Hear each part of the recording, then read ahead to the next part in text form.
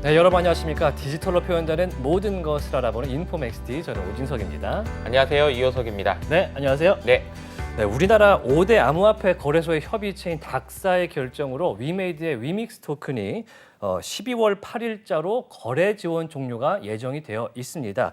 하지만 이제 방송 기준 오늘이죠. 네. 7일로 이제 법원의 효력 정지 가처분 신청 결정이 나게 되는데 우리나라 크립토 생태계에 어떤 결과가 나오더라도 상당한 영향이 있을 것 같아요. 네, 워낙 이해관계가 첨예하게 대립하고 있는 상황이기 때문에 예. 어떤 결과가 나올지 긴장하면서 지켜봐야 될 것 같다라는 생각이 듭니다. 네, 저희가 계속해서 이제 어떤 것이 이슈였는지 확인하고 있는데요. 오늘도 마찬가지로 위믹스 관련된 이슈들 점검해 보겠습니다. 네, 디지털 자산에서 금융 그리고 IT 정보까지 오늘도 디지털 세상으로 안내해 드리겠습니다. 인포맥스데이 지금 출발합니다.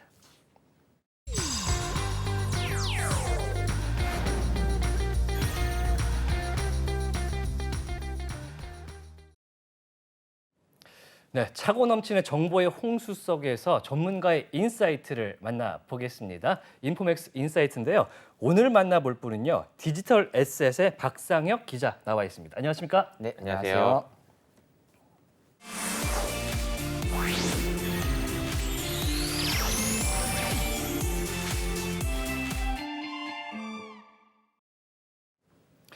네, 이번에 이제 위메이드 위믹스의 유통량 문제로 인해서 가상자산 업계 고질적인 문제들이 상당히 드러나고 있습니다. 사건보다 중요한 것은요, 이 가상자산 생태계일 텐데 어떤 것이 문제이고 어떻게 해야 되는지 기자님과 이야기 나눠보겠습니다. 자, 오늘은 이제 취재 내용을 디지털 에셋의 취재 내용 가지고 이야기를 할 텐데요. 먼저 락업 관련된 얘기를 좀 해보겠습니다. 가상자산 업계에서 이 락업, 매매 제한 이게 어떤 얘기로 통용이 되는지 좀 먼저 여쭙겠습니다. 네, 이제 통상적인 락업의 의미를 좀 말씀드리면요, 이 스마트 컨트랙트라는 블록체인을 기반으로 한 어떤 계약에 의해서 물량이 잠겨지는 그런 이제 행위, 일체 행위를 이제 이야기를 하는 건데요. 어떤 식으로 조금 이뤄지게 되냐면, 뭐 예를 들어서 뭐 A라는 가상자산 프로젝트가 있다고 치면은 이 가상자산 프로젝트에서 일정한 물량의 일정한 가상자산을 발행을 하게 되잖아요. 이 발행을 하게 되면은 뭐 초기 투자자나 아니면은 그 가상자산을 처음 만든 개발팀이라든가 이런 사람들이 이 토큰 물량을 분배하면서 나눠 가지게 되는데요. 이 나눠 가지는 과정에서 너무 이제 많은 대량의 물량이 한꺼번에 제한 없이 풀리게 되면은 이 시장 질서에도 악영향이 미칠 수 있고 이 대량 매도로 인해서 이 가상자산 가격이 폭락할 수도 있고 그렇기 때문에 이 락업을 걸게 되는 건데요. 락업이 이루어지는 과정을 조금 더 이제 구체적으로 말씀을 드리면요. 네, 좋습니다. 네, 그 A라는 가상자산 프로젝트에 B라는 어떤 개발팀이나 초기 투자자한테 물량을 보낸다고 치면요. 뭐 예를 들어서 10억 개의 물량을 발행한다고 쳤을 때 1억 개를 B한테 준다고 했을 때 이거를 그냥 주는 게 아니라 이 스마트 컨트랙트를 기반으로 블록체인을 기반으로 전송을 하기 때문에 이 계약이 코드를 기반으로 묶이게 됩니다. 그래서 이 코드에 예를 들어서 뭐 1년 락업을 걸겠다, 1년 매도 정지를 걸겠다, 매도 제한을 걸겠다 하면은 자동으로 코드에 의해서 강제로 1년이 락업 묶이게 되는 거거든요. 근데 이 블록체인의 특성상 불가변성 그리고 이제 위변조가 불가하다 이런 특성이 있잖아요. 그래서 한 번 이 1년 락업 정지를 걸게 되면은 절대로 사람이 바꿀 수가 없습니다. 사람이 인위적으로 바꿀 수가 없기 때문에 그런 이제 특장점을 좀 가지게 되는 특성이 바로 락업이라고 할 수 있고요. 그래서 저희 통상적으로 가상자산 시장에서 락업을 얘기한다 하면은 스마트 컨트랙트를 기반으로 일정한 물량이 일정 기간 동안 묶이는 것을 의미한다고 보시면 될 것 같습니다. 그 스마트 컨트랙트를 활용한다는 것은 프로그래밍 된 상태로 이제 1년 뒤나 뭐 몇 년 뒤로 예정을 해놓고 시작을 하는 거죠. 네, 맞습니다. 네. 이게 락업이라는 개념이 일반적으로 주식시장에서도 있어요. 그래서 예를 들자면 뭐 IPO를 해서 공개를 할 때 기존에 가지고 있었던 대주주나 아니면 이해관계자들의 주식을 일정 기간 동안 못 팔도록 하는 그런 약속을 하거든요. 근데 이거는 약간 블록체인 상에서 하는 것이 아니고 이제 그 계약상의 약속이어가지고 뭐 안 지키는 경우는 없는데 이제 스스로 이제 지켜야 되는 그런 상황이 있지만 여기서는 이제 블록체인 상에 스마트 컨트랙트로 아예 그냥 박혀 있다라는 거죠. 바꿀 수가 없다. 네, 맞습니다. 그 말씀 잘 주신 것 같은데요. 예. 저도 좀 더 이제 락업이란 개념이 아무래도 저기 주식 투자하시는 분들이나 가상자산을 아예 모르시는 분들한테 좀 생소할 수 있는 개념이라서 방금 이제 주식시장 예시 들어주시면서 잘 말씀해 주신 것 같은데 저도 항상 말씀드리는 게 그러면 주식시장에서 그 이제 묶이는 뭐 여러 제도들 이를테면 보호예수 같은 보호예수 것들. 제도 예. 같은 것들이 있죠. 그런 거하고 락업을 비교했을 때 무슨 차이가 있냐라고 그렇죠. 예, 이제 설명을 하면은 락업 같은 경우는 이제 방금 말씀드렸던 것처럼 이 코드를 기반으로 묶인다. 그러니까 사람이 개입하지 않는다. 컴퓨터로 한다. 네, 예. 라는 특성이 있고요. 이 보호예수제도 같은 경우에는 목적은 똑같은데 예탁결제원이라는 기관이 이제 끼게 되죠. 그래서 이 기관이 그 증권을 따로 분리 보관해서 일정 기간 동안 보호예수를 하는 그런 이제 차이점이 있다고 보시면 될 것 같습니다. 그러니까 락업은 이제 크립토 업계에서 락업은 일종의 자물쇠인데 이거를 관리하는 주체는 그 발행사 스스로가 되는 거군요. 그렇습니다. 그리고 증권은 이제 예탁결제원 네. 이렇게 되는 거고 상당한 그 기관의 차이가 있는데 그래서 여기서 문제가 나오는 것 같습니다. 그러면 락업을 하게 되는 주요 대상 어떤 부분들을 얼마만큼이나 하게 됩니까? 방금 이제 얘기 나온 것 중에 이 상당 부분 뭐 예. 얘기가 좀 나온 것 같긴 한데요.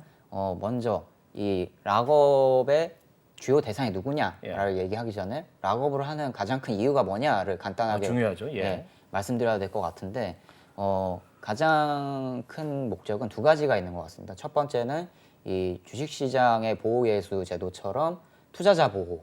네, 이를테면 뭐 개인 투자자 같은 경우에는 그 큰 액수를 투자를 하지 않고 그리고 상대적으로 늦은 시기에 투자를 시작하게 되잖아요.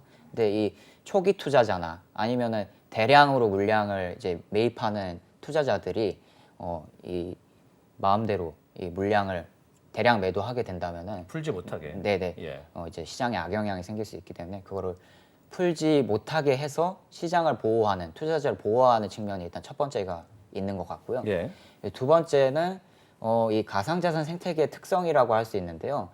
가상자산 생태계는 기본적으로 좀 탈중앙화, 중앙화를 좀 탈피하는 그런 걸 좀 지향하기 때문에 아무래도 생태계 참여자 간의 권력 균형을 위해서 약간 이 락업을 두는 경우가 있습니다. 이를테면은 이 뭐 주식에서도 물론 주식을 가지고 있으면 의결권 행사를 할 수 있는 어떤 기능들이 있지만 이 가상자산도 마찬가지거든요. 가상자산에 대한 투자를 단순히 수익을 보려고 하는 것만이 아니라 뭐 그 특정 가상자산 프로젝트의 생태계에 직접 참여하기 위해서 혹은 그 가상자산 프로젝트에 여러 이제 안건들이 나오는데 그 안건을 의결을 행사하기 위해서 가상자산에 매입하는 경우도 많거든요. 근데 이렇게 대량으로 이제 매입하는 사람이나 아니면 초기에 먼저 들어오는 사람이 이제 불균형적으로 의결권을 행사하거나 뭐 생태계에 개입을 크게 하거나 이렇게 되면은 또 권력 불균형이 좀 발생할 수 있기 때문에 이 권력 불균형을 방지하는 차원에서 이 락업이 좀 이루어지는 부분이 크다고 보시면 될 것 같습니다.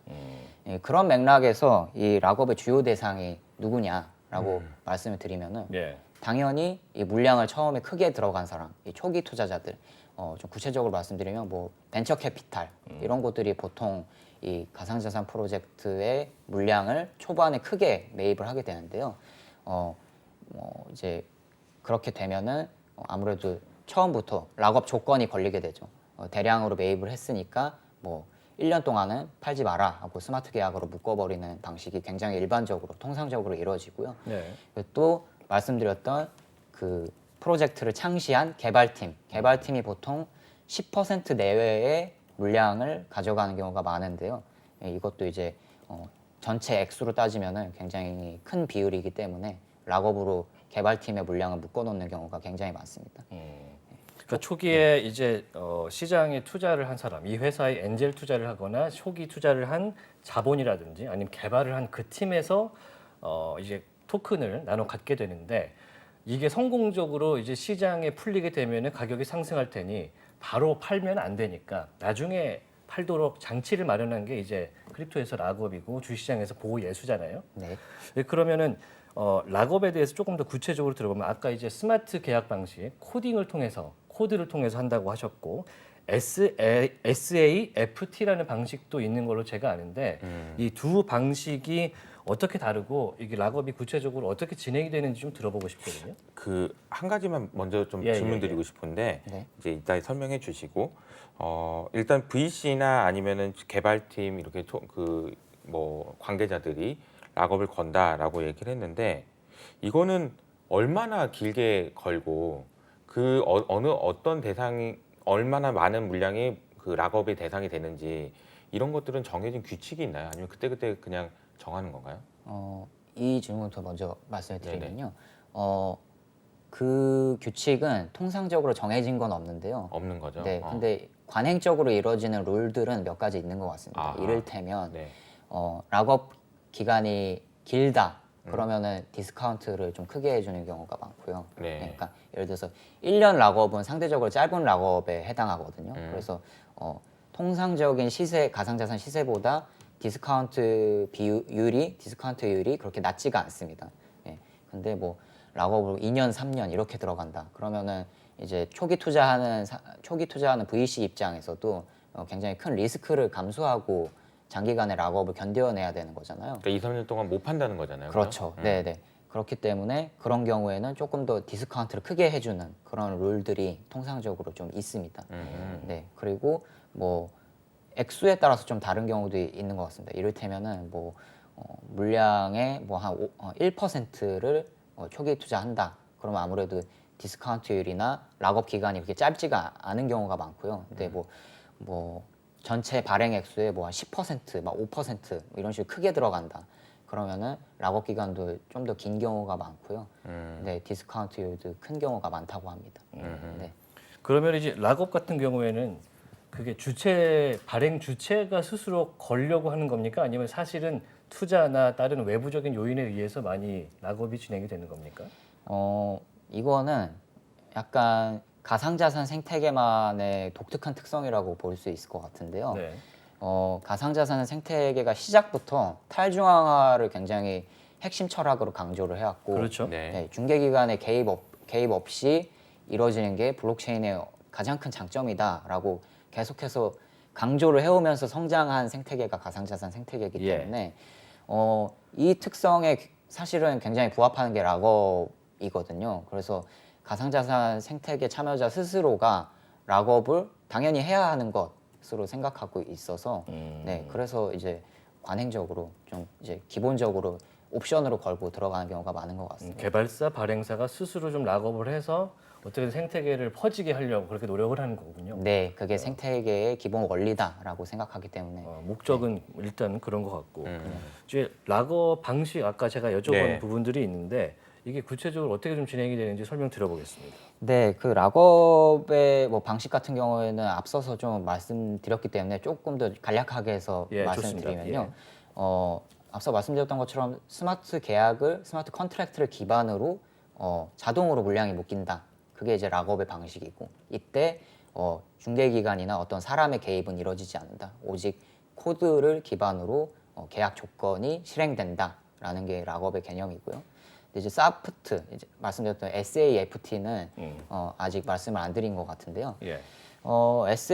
SAFT가 어떻게 이루어지냐에 앞서서 예. 이 사프트가 어떻게 좀 성립이 됐냐, 어떤 배경에서 탄생하게 됐냐, 이걸 좀 말씀드려야 될 것 같아요. 먼저. 어려운 개념일 것 같아요. 네, 예. 네. 일단은 2017년으로 좀 거슬러 가보겠습니다. 네. 네, 2017년 당시에 뭐 작년에도 가상자산 열풍이 굉장히 거셌지만 앞서서 2017년에 가상자산 시장에 엄청나게 또 열풍이 있었거든요. 예. 네. 근데 이때 그 핵심적으로 열풍이 됐던 개념 중에 하나가 ICO, 이 코인 공개거든요. 네, IPO 같은. 그렇죠. 예. 주식시장의 IPO 같은 개념인데 이 코인을 발행을 하면서 공개해서 발행을 하면서 공개적으로 이제 뭐 VC나 뭐 이런 초기 투자자들이 매입을 하는 그런 방식이 ICO였는데 이 ICO가 너무 2017년 열풍을 타면서 너무 무분별하게 좀 이루어진 거죠. 어떤 뭐 기본적인 장치도 없이 그냥 뭐 백서 한 장이면은 코인을 누구나 발행할 수 있는 그게 물론 잘 준비한 프로젝트가 그거를 이제 ICO를 활용을 하면은 굉장히 좋은 초기 투자 유치 수단이 될 수 있지만 그걸 또 악용을 해서 그냥 백서 한 장만 틀에 맞춰서 대충 낸 다음에 단순히 수익을 보기 위한 목적으로 가상자산을 ICO를 하는 경우도 굉장히 많았기 때문에 이게 나중에 가서는 부작용이 굉장히 많아지는 예. 현상이 발생하게 됐거든요. 뭐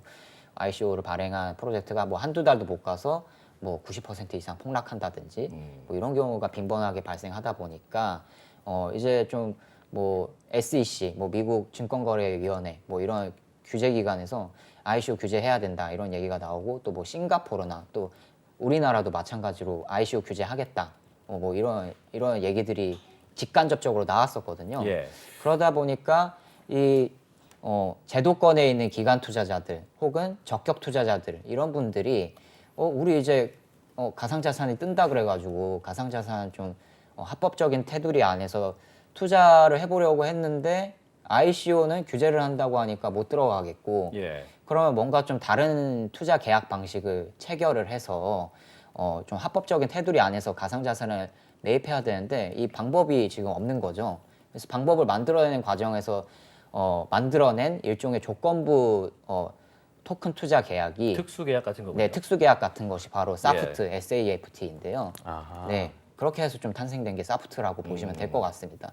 그래서 이게 좀 사프트가 2017년 이후로 생겨난 이후로 굉장히 많은 기관 투자자들, 적격 투자자분들이 이 사프트 계약 방식으로 가상자산을 미리 선수 매입하는 식으로 해가지고 계약을 굉장히 많이 진행을 했고요. 네.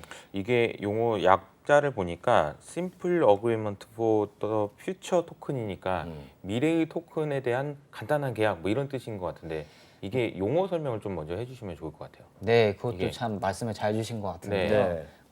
그래서 이제 처음에 나온 개념은 ICO 같은 경우에는 발행을 먼저 한 다음에 그 발행한 토큰을 뭐 저기 초기 투자자나 뭐 VC들한테 판매하는 그런 방식이었다면은 네. 사프트의 원래 본 목적은 퓨처 토큰을 아직 발행하지 않은 토큰을 아. 일정한 시기에 우리가 매입을 하겠다라는 걸 미리 계약을 하는 개념이 사프트였거든요. 아. 네, 아직 발행도 안 된 토큰을 그렇죠. 미리 네. 계약한다. 네네네. 아하. 그런 개념이라고 원래 개념은 그거라고 보시면 될 것 같은데요. 음. 근데 이게 뭐 2018년, 2019년 들어서 뭐 그냥 원래의 목적하고는 약간 다르게 뭐 미리 아직 발행되지 않은 토큰의 계약도 사프트로 이루어지고 뭐 발행은 됐지만 그래도 특정 시점에 우리가 초기에 매입하겠다는 개념에서 맺는 투자 계약이 필요한데 그 투자 계약이 아무것도 없으니까 그것도 사프트로 하자라고 해서 그거 역시 사프트로 진행하는 경우가 많고요. 그래서 지금에 와서는 적격 투자자나 기관 투자자들이 합법적인 테두리 안에서 뭔가 가상자산 투자 계약을 해야 되는데 그 투자 계약이 아무것도 없으니까 이루어지는 통상적인 계약이 사프트라고 보시면 될 것 같습니다. 약간 제가 들어보면은 ICO 같은 경우에는 그때 이제 문제가 생겨서 규제가 들어왔고, 네, 사프트라는 개념 자체도 일종의 파생 상품 계약인 것 같거든요.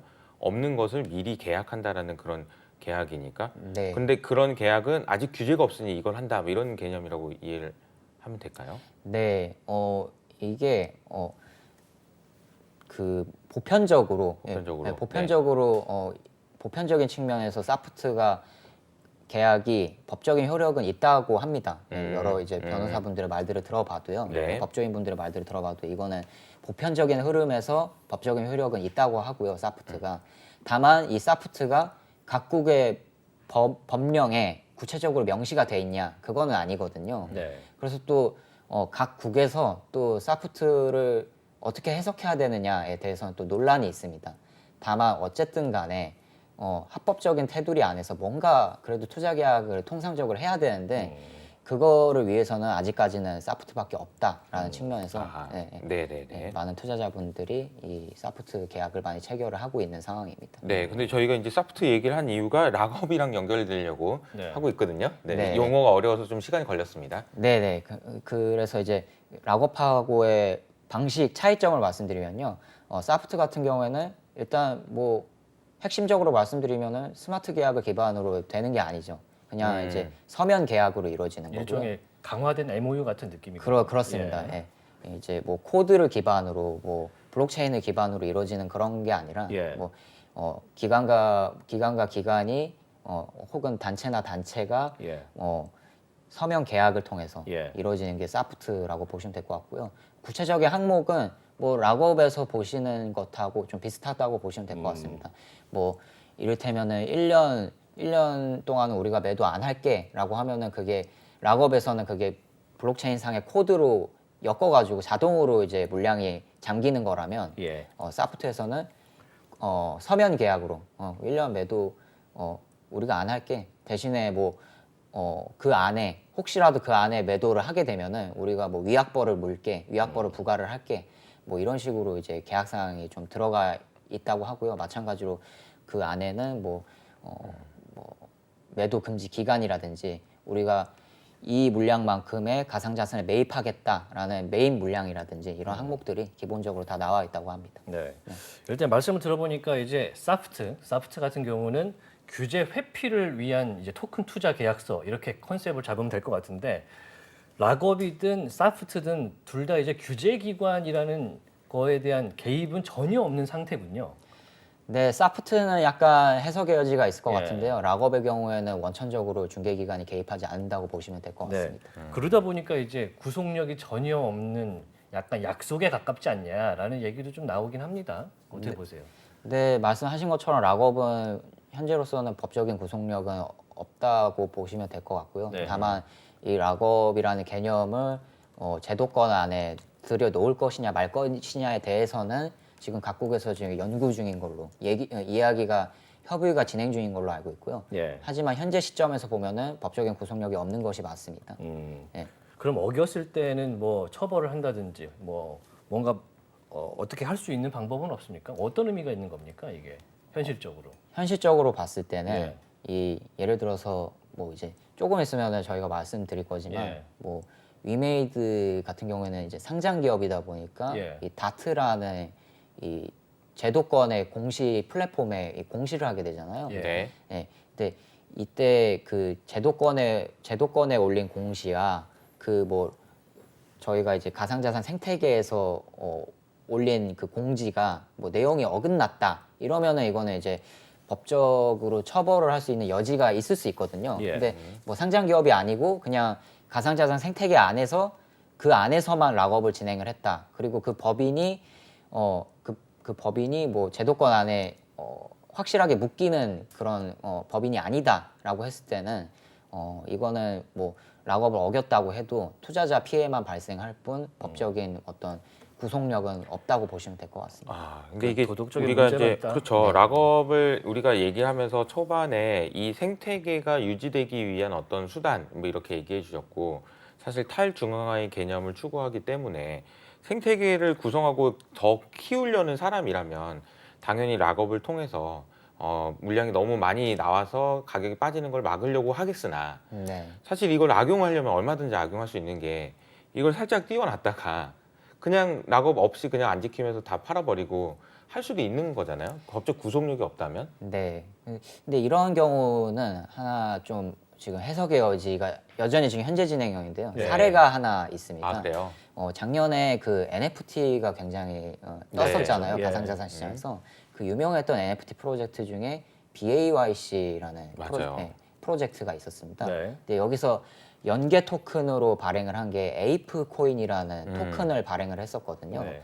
근데 이 토큰을 발행하는 과정에서 총 발행량은 10억 개였고요. 근데 10억 개 중에 8%를 BAYC의 제작사인 유가랩스의 공동 창업자 4명이 논아 가지기로 했습니다. 8천만 개를요. 예, 네. 예. 8% 이제 8천만 개죠.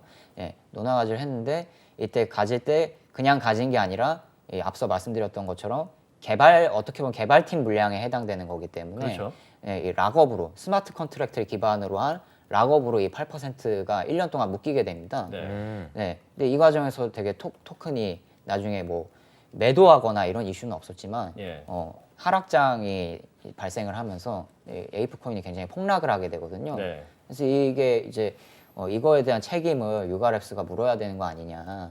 이 토큰 발행에 대한 책임을. 예. 그거에 대한 지금 논란은 일어나고 있는데요. 네. 이 역시도 뭐 확실하게 처벌을 할 수 있다 이런 거는 전혀 아니고요. 예. 처벌을 할 수 있지 않을까 정도로 좀 얘기가 되고 있는 정도라고 보시면 될 것 같습니다. 유가랩스는 그러면 그때는 락업이 따로 있었나요? 네, 그 창업자에 대한 락업은 따로 있었습니다. 그러면 지금 네. 그분들도 아직 팔지 못하고 들고 있는 그렇습니다. 거죠? 네, 1년 동안. 1년 네, 동안. 네, 네. 네. 일단 뭐 락업 같은 경우에는 이게 법적 구속력이 현재는 없고 크립토 내에서는 도덕적인 문제만 제기할 수 있는 것이고 심지어 공시의 의무도 없는 상태이기 때문에 조금 무분별하게 활용될 수도 있겠다라는 의심이 드는데 저희가 앞서서 락업에 대해서 이야기를 해온 이유 자체가 이제 취재해 오신 내용을 좀 들어보기 위해서인데요. 네. 이게 오늘 이제 법원에서 판결이 일단 한번 나는 위믹스 관련된 얘기입니다. 위믹스에 지금 락업 관련된 이슈가 있다 그러는데 어떤 내용인지 좀 들어보겠습니다. 네, 이 먼저 그 위메이드의 위믹스 3.0이라는 그 메인넷이 있거든요. 블록체인 메인넷 뭐 블록체인 생태계가 돌아가기 위한 어떤 뭐 가동 장치 정도로 보시면 자체 플랫폼 같은 네네 거. 뭐 일종의 플랫폼 정도로 보시면 예. 될 것 같습니다. 네, 이 위믹스 3.0이라는 메인넷이 있는데 여기서 이제 블록 그 메인넷에서 자체 블록을 계속 생성을 하게 됩니다. 블록체인을 생성하게 됩니다. 근데 이 블록체인을 생성하는 과정에서 블록을 검증하는 검증인이 필요한데요. 예. 이 검증인을 구성하는 방식은 각 가상자산 프로젝트마다 다릅니다. 근데 이제 위믹스를 예로 들면은 40개의 주체, 검증 주체들을 모아서 이 40개의 검증 주체들이 블록 검증을 모두 수행하는 방식을 택했거든요. 예. 예.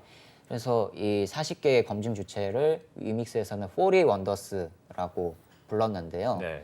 이 40 원더스의 그 검증 뭐 조건들이 위믹스하고 그 검증 주체들 간의 계약 조건들이 있을 거잖아요. 네, 뭔가 보상을 받겠죠. 그렇죠. 네, 예. 그 과정에서 어떤 계약 조건들이 발생하게 될 텐데 예. 저희가 이 디지털 에셋이 취재한 과정에서 이 다른 40 원더스에서는 그런 이제 뭐 락업 관련한 이슈가 발견되지 않았는데 이 AQX라는 싱가포르 소재의 가상자산 거래소 예. AQ? X. X. AQX라는 싱가포르 기반 가상자산 거래소입니다. 예. 네, 그리고 이 국내 그 가상자산 헤지 펀드 중에 알고리스 캐피탈이라는 곳이 있는데요. 네. 이 두 곳 같은 경우에는 위믹스가 공식 미디엄 공지를 통해서 이 두 업체한테 각각 200만 위믹스를 매도했다.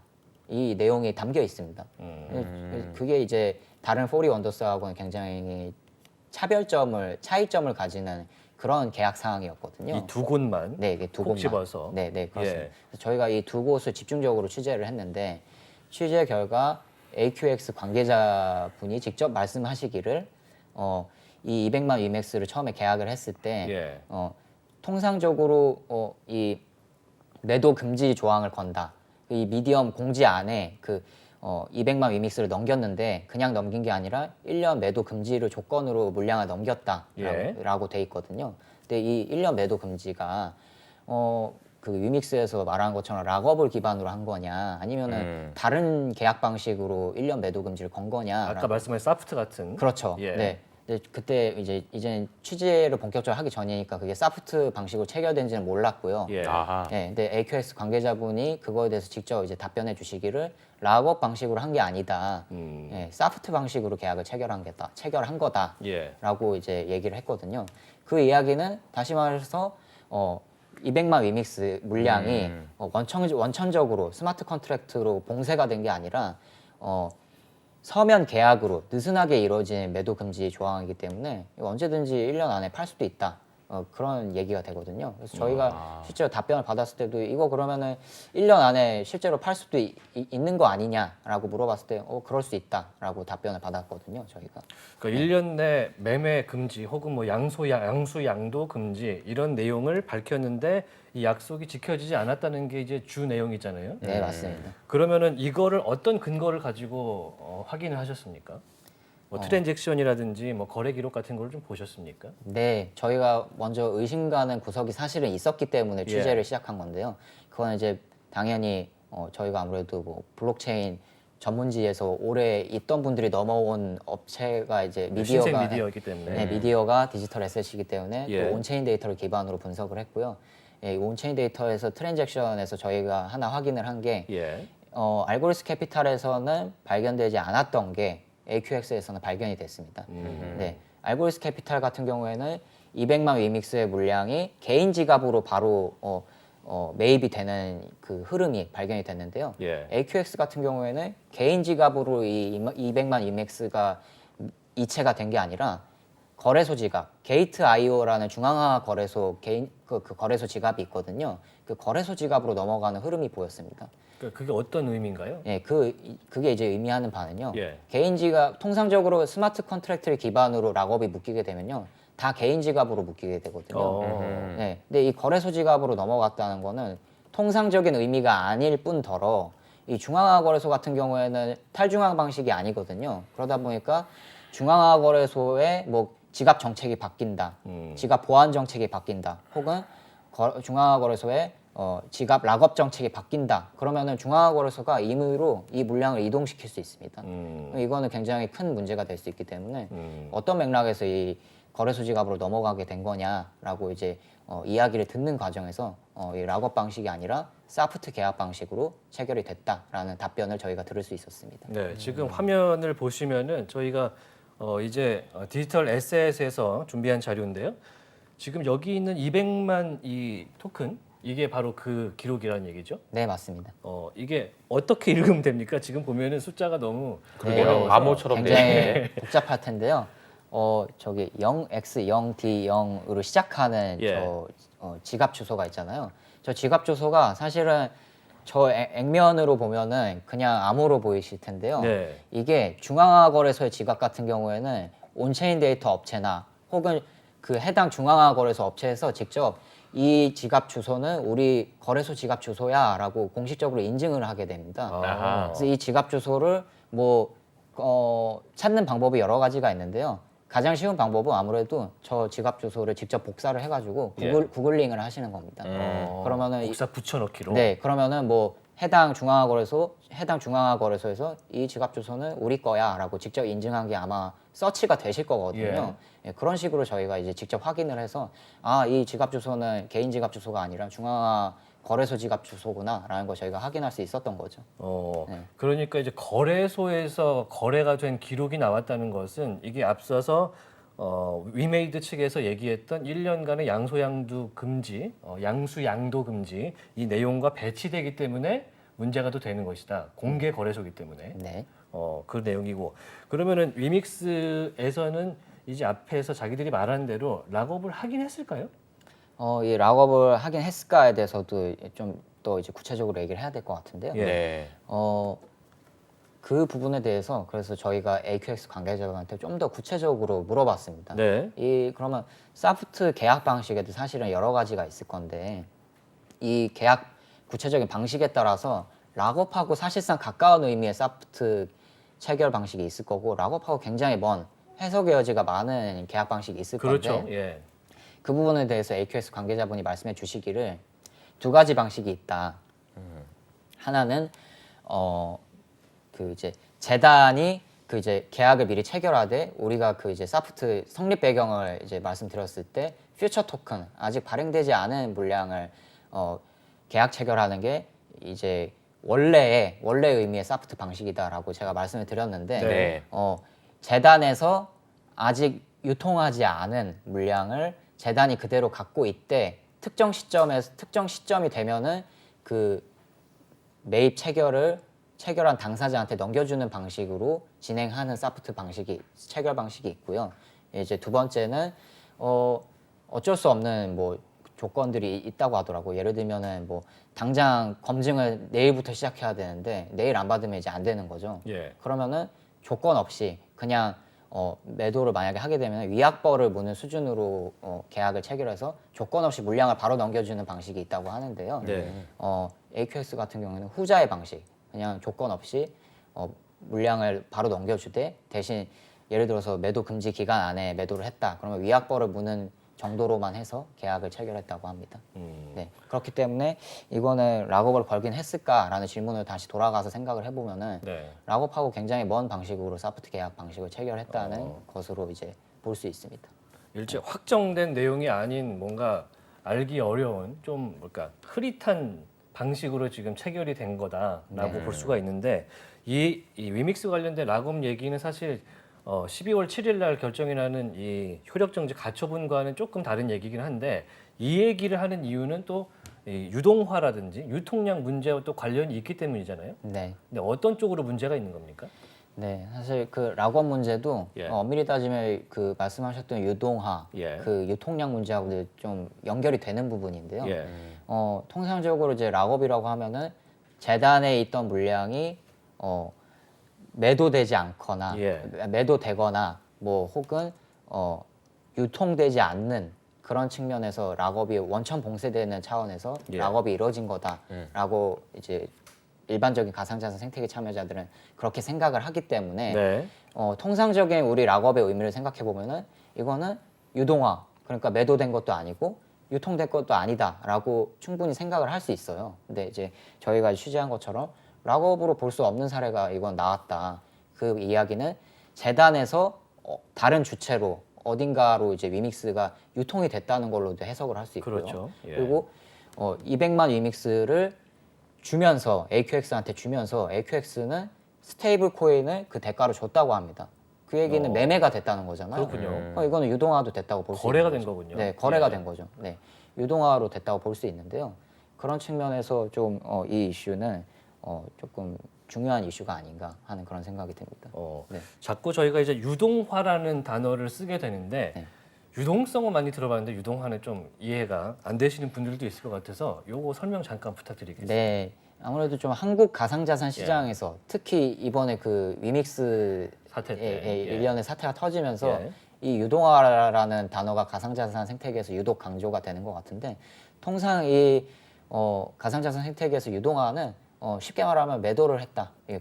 가지고 있는 이 특정 프로젝트의 가상자산을 발행한 개발팀이나 뭐 상장사가 그 해당 토큰을 직접 매도한 거를 유동화라고 보시면 될 것 같습니다. 그러니까 팔았다. 네. 팔아서 돈으로 만들었다. 네, 쉽게 말하면 그냥 매도를 유동화라고 보시면 될 것 같습니다. 네. 그러니까 이게 지금 위믹스 재단하고 문제가 되는 것이 사실 앞서서 이제 장영국 대표가 유동화의 계획이 없다라고 말한 적이 있잖아요. 네, 뭐 그리고 이 장영국 대표님도 직접 말씀하셨고요. 예. 위메이드도 공시를 통해서 1월 이후로는 위믹스 매도한 게 없다라고 그렇게 얘기를 했었습니다. 네, 유동화 관련된 이제 없음을 확인하는 멘트들이 있었는데 네. 이제 다른 취재 내용을 보면은 재밌는 것이 이제 주식시장의 공시, 다트 공시와 위믹스 토큰 관련된 공지를 하는 미디엄 공지가 내용이 달랐다 이런 내용의 취재 내용이 있어요. 네, 그 락업의 경우에도요. 예. 아까 AQX 말고 알고리스 캐피탈 얘기를 했는데요. 예. 이거는 사실 이 다트 공시를 얘기하는 건 아니고요. 예. 미디엄 공지 내용만 가지고 얘기를 하는 건데요. 공시와 공지입니다. 예. 네네네네. 이번 케이스 같은 경우는 미디엄 공지 내용을 예. 기반으로 말씀드리는 거고요. 이제 알고리스 캐피탈 같은 경우에는 실제 온체인 데이터에서 거래가 발생한 날짜는 11월 7일이었거든요. 예. 근데 이 위믹스에서 미디엄 공지를 알고리스 캐피탈한테 200만 위믹스 투자 유치를 받았다라고 공지를 한 시점은 11월 5일이었거든요. 예. 그럼 이제 실제로 거래가 이루어진 날짜와 이 공지를 올린 날짜가 차이가 발생하게 되는 거거든요. 예. 그래서 이것도 사실은 이슈가 됐었고요. 근데 여기서 좀 더 나아가서 말씀하셨던 위믹스 미디엄 공지를 통해 나온 내용과 이 위메이드 다트에 올라온 공시 내용이 다르다라는 그 이슈도 사실은 있는데요. 네. 네, 이 위믹스가 미디엄 공지를 통해서 1월 이후로는 우리 유동화한 적이 없다. 네. 장영국 대표님도 직접 말씀하셨고요. 네. 그런 맥락들이 있었는데 저희가 이제 디지털 에셋에서 취재해본 결과 이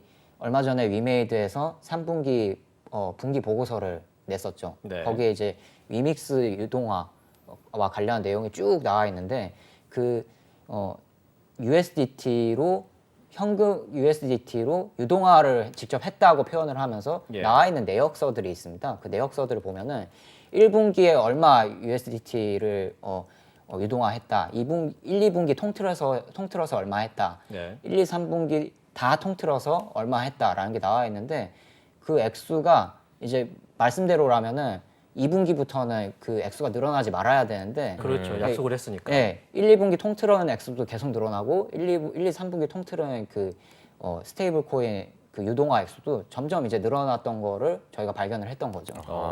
네, 네. 그런 이슈가 좀 있었습니다. 그렇군요. 네. 이게 주식시장 투자자들 그리고 토큰 투자자들에게 주어지는 정보가 상이하다는 내용으로도 받아들일 수가 있고 약속했던 내용과 좀 다른 지금 유동화 내용들이 나오고 있는 거다. 상당히 문제가 될 수도 있겠습니다. 네.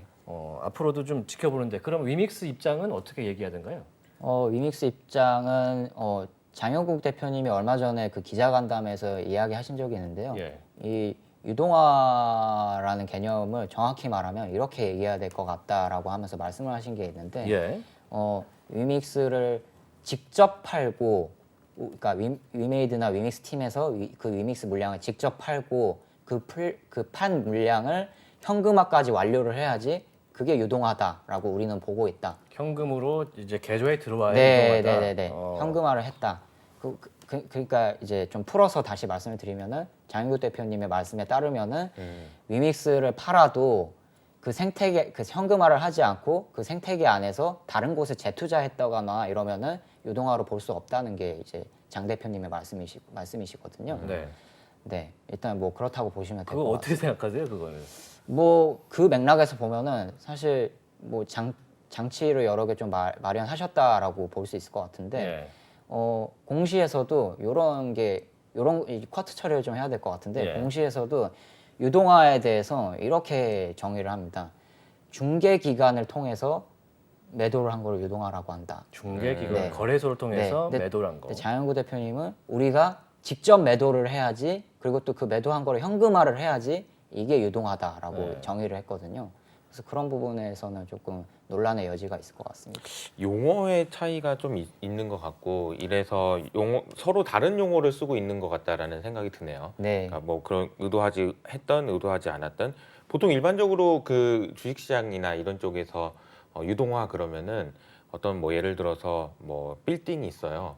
근데 이 빌딩을 팔 수는 없잖아. 그러니까 빌딩을 담보로 대출을 받아서 혹은 이거를 쪼개서 시큐리티 한다고 하죠. 증권화 시켜서 돈을 받는 그걸 가지고 이제 활용하는 걸 이제 유동화라고 얘기를 하기도 하거든요.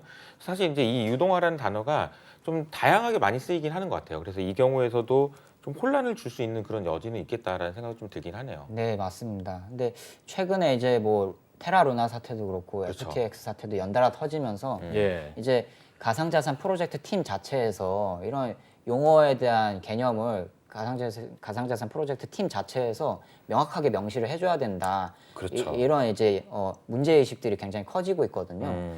그런 의미에서 조금 더 이제 논란의 여지가 평소보다 좀 더 많이 발생하는 게 아닐까 하는 생각이 듭니다. 네. 네. 오늘 저희가 얘기하고 있는 위메이드 위믹스 관련된 락업 이슈는요. 디지털 에셋의 단독 취재 내용을 바탕으로 하고 있다는 내용 전해드리겠습니다.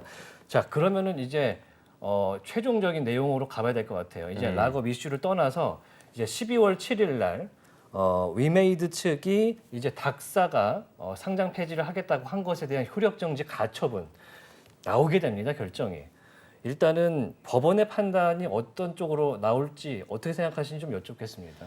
일단 통상적인 케이스부터 말씀을 드려야 될 것 예, 같아요. 통상적인 케이스. 네. 일단은 가상자산 쪽은 사례가 거의 없긴 한데 예. 그래도 사례가 있기는 하거든요. 예. 그 사례 중에 대표적인 게 피카라는 가상자산 프로젝트가 있었는데 예. 이게 업비트에서 상장 폐지가 됐었어요. 그래서 피카 쪽에서 이 가처분 신청을 지금 이제 위메이드처럼 똑같이 가처분 신청을 했었거든요. 예. 근데 이게 기각이 됐었습니다. 음. 그 사례가 일단 하나가 있고요. 예. 두 번째로 저희가 살펴볼 거는 이 가상자산 쪽에서 이 직접적인 가처분 신청에 대한 케이스가 없다면은 예. 주식시장에서 한번 살펴보자. 네. 주식시장에서 특정 주식이 상장 폐지됐을 때 그 상장 폐지된 주식을 가지고 있는 그 회사가 가처분 신청을 했을 때 이게 어떻게 과연, 되는지. 과연 이루어졌느냐, 예. 신청이 받아들여졌느냐라고 봤을 때 여러 변호사분들한테 물어봐도 주식시장에서도 이 가처분 신청이 받아들여지는 경우가 별로 없다라고 이야기를 하시거든요. 그래서 저희가 통상적인 경우로 생각을 해보면은 아무래도 확률적으로는 가처분 신청이 받아들여지기는 어려울 것 같다라고 보는 게 맞을 것 같은데요. 상장 폐지가 결정된 이후로 가처분 신청을 해도 받아들여지는 경우는 거의 없다. 그래서 이번에도 사실 일반적으로 보면 받아들여지지 않을 가능성이 조금 더 높다라고 보시는 건가요? 네, 그게 일반적인 경우라고 보시면 될 것 같고요. 네. 근데 다만 네. 또 워낙 이슈가 계속되고 그렇죠. 있으니까요. 이제 원래 제가 한 몇 주 전까지만 막 이제 상장 폐지 이슈가 불거졌을 때만 해도 웬만하면은 그 특이사항 뭐 위메이드하고 닥사 간의 특이사항이 협의 과정에서 특이사항이 발생하지 않는 이상은 가처분 신청이 받아들여지지 않을 것 같다라는 게 굉장히 지배적인 견해였는데 네. 법조인분들의 지배적인 견해였는데 이게 지난 뭐 몇 주 사이에 엄청 이슈가 많이 되다 보니까 아무래도 조금 특수한 케이스로 생각해 볼 수도 있을 것 같다라고 생각하시는 분들도 몇 분 계시더라고요. 그래서 그분들의 좀 발언을 제가 좀 전달해서 말씀을 드리면은 아, 좋습니다. 네, 예. 네. 첫 번째 케이스는 너무 지금 상장 폐지되면서 국내 거래소에서 상장 폐지되면서 갑자기 순간적으로 70% 이상 위믹스가 폭락하고 그런 맥락에서 국내에서 이 위믹스를 매입한 투자자분들의 피해가 손해가 굉장히 크다고 할 수 있는데 그런 맥락에서 상장 폐지를 섣불리 한다. 이거는 법원에서 판단하기에도 좀 문제가 있을 수 있다고 부담스럽고. 네, 부담스럽게 생각할 여지가 있다. 예. 그런 맥락에서 기각이 받아들여질 수도 있고 아니면 받아들여지지 않더라도 법원에서 아예 결정을 미룰 수도 있다라고 이렇게 말씀을 하신 경우가 있었고요. 두 번째는 닥사의 성격을 근거로 이거는 좀 가처분 신청이 기각될 가능성이 좀 낮지 않을까라고 보시는 분들도 있더라고요. 그러니까 닥사 같은 경우에는 뭐 이제 법적으로 공식적으로 뭐 효력이 있는 뭐 그런 공식적인 기관도 사실은 아니고 자체적으로 이제 협의해서 만들어진 협의체인데 민간 협의체죠. 네, 민간 협의체인데 예. 그런 맥락에서 봤을 때 닥사의 그런 조직 성격도 그렇고 닥사 자체에서 아직 뭐 상장 폐지하고 관련한 가이드라인이 구체적으로 아직 나오지 않은 시점이기 때문에 네. 그런 맥락에서 법원이 조금 문제 제기를 하면서 가처분 신청을 받아들이거나 미룰 수 있다. 라는 또 견해를 하나 또 주셨습니다. 네. 저희가 이제 닥사라는 곳이 그런 결정을 할 수 있는 곳이냐? 네. 라는 그런 근본적인 질문인 거죠. 그렇습니다. 그러니까 위메이드 측에서는 이게 상장 폐지를 결정한 것 자체가 뭐 갑질이다, 담합이다 이런 표현까지 쓰면서 이야기를 하는데 그거에 대해서 어떻게 보시는 것 같습니까? 네, 얼마 전에 그게 굉장히 큰 이슈가 예. 됐었죠. 네네. 근데 이거는 이런 맥락에서 좀 그 슈퍼 갑질 이슈는 그런 맥락에서 좀 생각을 해봐야 될 것 같아요. 닥사가 이제 위믹스 쪽에서 말하는 것처럼 슈퍼 갑질을 하기 위해서 만들어진 조직이냐 그걸 좀 생각해봐야 될 것 같은데 예. 제가 봤을 때는 닥사가 만들어진 배경 자체가 거래소가 사실은 뭐 어떠한 이슈도 없이 스스로 우리가 뭐 어떤 특정한 목적을 가지고 이 조직체를 만들어서 뭔가 권력 행사를 해야겠어 이렇게 해서 만들어진 조직이라기보다는 당시 지난 5월이었죠. 예. 테라루나 사태가 굉장히 국내에서 크게 터지면서 네. 뭐 거래소별로 이거 가이드라인 기준도 다르고 상장 폐지 날짜도 루나 뭐 상장 폐지 날짜도 다르고 이거 굉장히 큰 문제가 아니냐고 언론에서도 굉장히 많이 보도가 됐었고요. 관 쪽에서도 이거를 문제 제기를 한번 했었거든요. 정부에서, 예. 네, 정부에서도. 네. 그 과정에서 나온 게 사실은 닥사거든요. 예. 그래서 그런 이제 탄생 과정을 봤을 때 이거는 사실은 갑질을 하기 위해서였을까라고 봤을 때 그거는 아닌 것 같다라는 게 제 개인적인 첫 번째 생각이고. 예. 만들어진 이유 자체가 네. 그 두 번째로 봤을 때는 이 상장 폐지가 그 이제 뭐 슈퍼 갑질에서 좀 딸려 나온 이슈가 예. 이 닥사는 법적인 효력도 없는 조직이고 박사가 이런 위믹스 상장 폐지 결정을 내린 거는 일종의 담합이다. 월권이다 뭐 그래 볼 수 있죠. 네, 담합이다라는 워딩을 했는데 예. 이 담합이라는 워딩이 성립을 하려면은 이 거래소가 위믹스를 상패를 하면서 뭔가 이득을 봐야 되거든요. 예. 그래야지 담합이라는 워딩이 성립이 되는 건데 사실은 제가 이제 뭐 거래소 취재나 뭐 가상자산 쪽 생태계 취재를 오래 해온 입장에서 사실은 위믹스를 상장 폐지를 하는 게 거래소한테 더 이득일까, 위믹스를 상장 폐지하지 않는 게 더 이득일까라고 생각해봤을 때 예. 사실 거래소 비즈니스 모델이 다른 거 없고 토큰을 거래하는 과정에서 수수료, 그렇죠. 예, 수수료를 받는 게 사실은 비즈니스 모델인데 그런 맥락에서 봤을 때 위믹스를 남겨둬서 계속 수수료를 받는 게 낫지. 예, 위믹스를 상장 폐지 섣불리 하면은 사실 거래소도 뭐 이런 이슈가 없을 거라고는 생각을 안 했을 거거든요. 거래량도 가뜩이나 네, 많은데. 네, 네. 예. 그런 맥락에서 봤을 때 뭐 담합이라고 보기에는 어렵지 않을까. 네, 그런 생각들을 저는 개인적으로 가지고 있습니다. 다만 그 투자자분들, 그 위믹스 투자자분들의 견해도 일각의 견해도 제가 수긍을 하는 부분이 있다면 닥사 자체가 아직 성립된 지가 얼마 되지도 않았고, 네. 그렇죠. 예, 이게 지금 가이드라인이 아직 명확히 안 나온 것도 맞고요. 네. 그리고 이제 설립되고 나서 상장 폐지를 처음으로 결정한 게 위믹스잖아요. 그런 맥락에서 봤을 때 사실은 이게 이게 과연 성숙한 의사결정 과정에서 나온 상장 폐지였냐, 네. 이런 걸로 가지고서는 충분히 저는 논란이 있을 수 있다. 논란이 있을 수 있고 닥사를 비판할 여지가 있을 예. 수 있다고 생각합니다. 네, 네, 네, 네, 네. 네. 그 현실적으로 얘기했을 때 지금 닥사가 생긴 지 6개월도 안 됐는데 얼마나 이렇게 중요한 결정을 한 게 얼마나 맞냐? 이렇게 완고한 조직이 됐을까라는 의문이 드는 건 사실이잖아요. 네, 그런 의문이 드는 거는 당연하다고 생각합니다. 네. 네. 일단 저희가 오늘 법원의 결정에 대해서 용어를 잠깐 정리하면 효력정지 가처분 신청이 인용된다는 것은 그것이 효력정지가 된다는 거죠. 그래서 상장 폐지가 어떻게 되죠? 상장 폐지가 이제 닥사에서 원래 됐던 대로 이제 결정했던 대로 상장 폐지가 이루어지지 않는다는 얘기죠. 그렇죠. 네, 네. 그리고 이제 기각이 된다는 것은 효력정지 가처분 신청이 의미가 없으니 예정대로 그냥 그렇습니다. 간다는 그대로 거죠. 간다. 네. 예. 그리고 또 하나의 판단 가능성도 남아 있습니다. 요 얘기도 잠깐 해볼 텐데 이제 첫 양쪽의 심리가 열렸습니다. 법원 심리가 여기서 상장 폐지를 유예하는 건 어떻겠냐라는 얘기가 나왔다고 합니다. 요거는 어떻습니까? 네, 앞서서 저희 변호사분들 의견을 공유드리면서 예. 약간 얘기 드렸던 것 같은데요. 선택지가 이 기각이냐 인용이냐 이것만 있는 건 아니고요. 말씀하신 아하. 것처럼 유예도 있습니다. 그래서 일각에서는 유예를 할 거다라는 반응도 나오고 있는 상황이고요. 그래서 어떻게 보면은 지금 시점에서는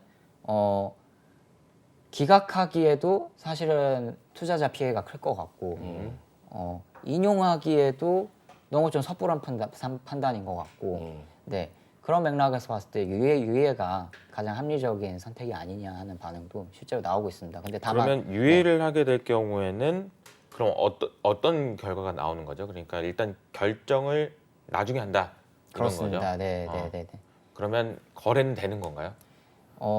유예가 되면요, 이거는 다시 한번 닥사나 위메이드 쪽 간에서 좀 협의가 좀 필요할 것 같은데 지금 닥사 쪽에서 공지한 그 상장 폐지 일자가 얼마 안 남았거든요. 그렇기 아하. 때문에 유예가 된다면은 이 상장 폐지 시점도 아마 협의를 통해서 좀 더 미뤄지지 않을까 싶습니다.